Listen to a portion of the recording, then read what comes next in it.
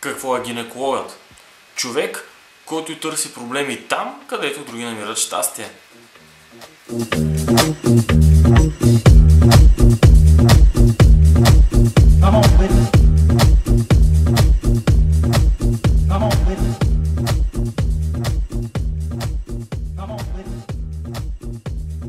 Номер 1. Ако се мислиш за дебела, то значи това е така. Номер 2. Неделя е равно на спорт. Номер 3. Понякога не си мислим за вас. Научете се да живеете с тази мисъл. Номер 4. Всяка една дреха, която облечете, за нас е идеална. Наистина. Номер 5. Всяка една жена има прекалено много дрехи и прекалено много обувки.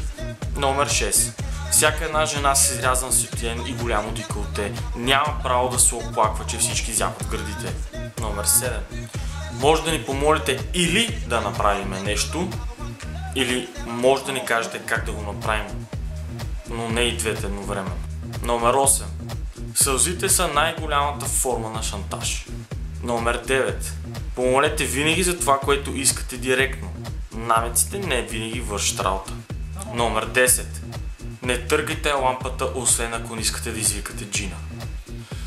Това бяха моите 10 мъжки правила, които жените трябва да знаят.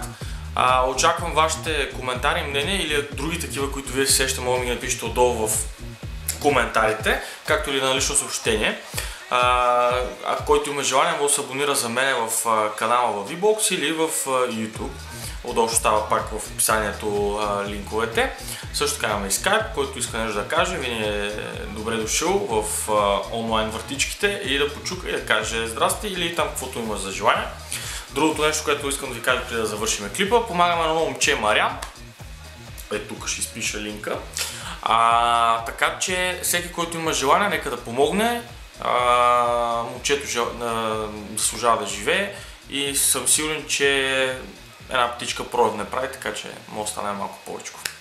Пожелавам ви приятна вечер, приятен уикенд и скоро отново ще се видим. Чао, беше ми много драго.